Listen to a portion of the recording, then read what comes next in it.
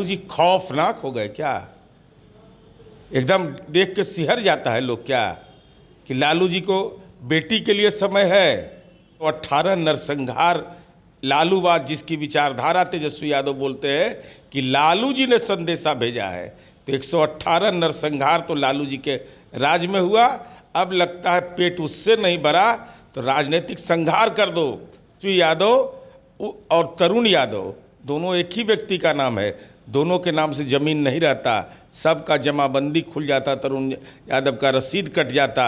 नमस्कार, आप देख रहे हैं न्यूज भुवनेश्वर। मैं हूं आपके साथ नरोत्तम सिंह।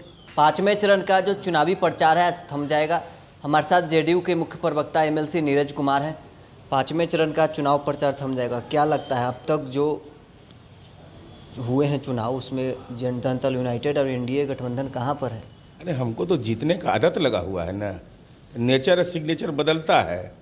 19 में हम 39 सीट जीते थे, 1 सीट का कसर रह गया था किशनगंज का। इस बार उम्मीद है कि जनता हमारे पक्ष में जनादेश देगी। चिंता उन लोगों के लिए है कि बताइए तो ये लालू जी खौफनाक हो गए क्या? एकदम देख के सिहर जाता है लोग क्या कि लालू जी को बेटी के लिए समय है। और बगल में शिवचंद्र राम लड़ रहे हैं, दलित है, तो वहाँ चुनाव प्रचार करने नहीं जाइएगा।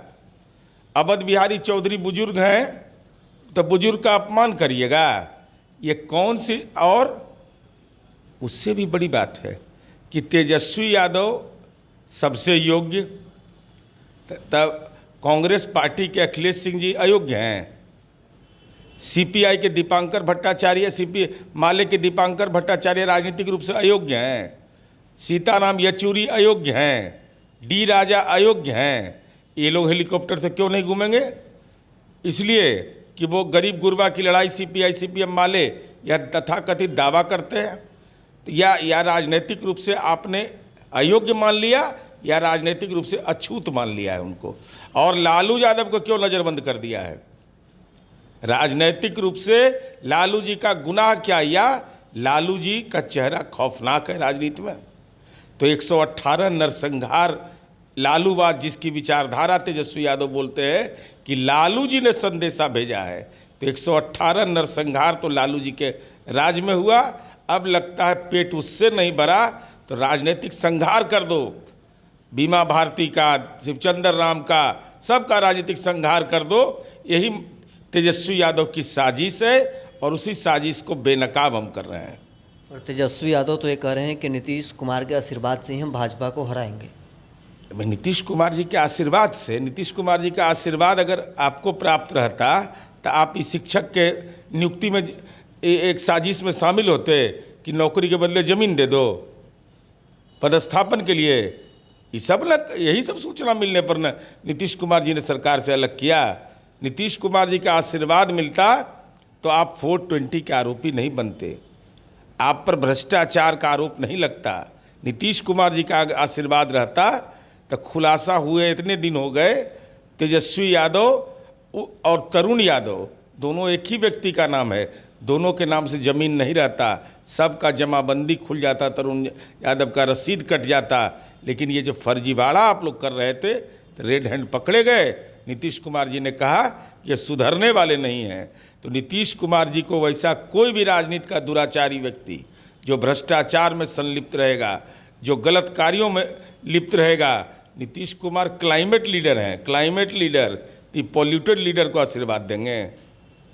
आपको नहीं लगता है जिस प्रकार से अब तक 19 सीटों पर चुनाव हुए हैं, लालू यादव बिहार के लोगों के नाम से चिट्ठी लिखते हैं, कहते हैं संविधान और आरक्षण को खत्म करने की साजिश भाजपा कर रही है, आप उनके सहयोगी हैं। आपको क्या लगता है भाजपा अगर जीत जाते हैं, आपके सहयोगी फिर से प्रधानमंत्री नरेंद्र मोदी बन जाते हैं, तो संविधान और आरक्षण खत्म हो जाएगा? संविधान खत्म होने की बात लालू जी इसलिए करते हैं कि उसी संविधान के तहत न्यायपालिका ने उनको होटवार जेल पहुंचा दिया। उनके बेटा और परिजन मुकदमे के अभियुक्त बन गए। तो यह चाहते हैं कि ईडी सीबीआई सब खत्म हो जाए, न्यायपालिका। इसीलिए लोगों के बीच भय पैदा करना चाहते हैं। अरे लोकतंत्र कौन खत्म करेगा? जो खत्म किया है उसकी गोद में आप जाके बैठे हुए हैं। कांग्रेस पार्टी, जो अपनी बेटी का नाम भी आपने मीसा भारती रखा था, उसके गोद में आप बैठे हुए हैं। और आरक्षण आरक्षण आपको तो अपच होगा ही। जब 10% आरक्षण सामान्य समुदाय को दिया जा रहा था तो आपके दल के नेता तो लोकसभा में नहीं थे, राज्यसभा में चित्कार कर रहे थे। क्या गुनाह था 10% लोगों का? आर्थिक रूप से अगर हम पिछड़े हैं तो क्या उसके आधार पर हमको आरक्षण की सुविधा नहीं मिलनी चाहिए? आरक्षण सामाजिक आर्थिक पिछड़ापन का आधार है और ये लोगों का अधिकार है। हाँ लालू जी, पारिवारिक आरक्षण खत्म होने का जो खतरा हो गया है, जो वजूद आपका पारिवारिक राजनीति का खत्म होने का हो गया है, इसके चलते आप चिंतित। लेकिन अब तो बदल गए हैं, अब वो तो A to Z की बात करते हैं, स्वर्ण समाज की भी बात करते हैं। कान पकड़ के उठा बैठी करें कि 10% के आरक्षण का मनोज झा जी ने विरोध क्यों किया था? क्यों विरोध किया था?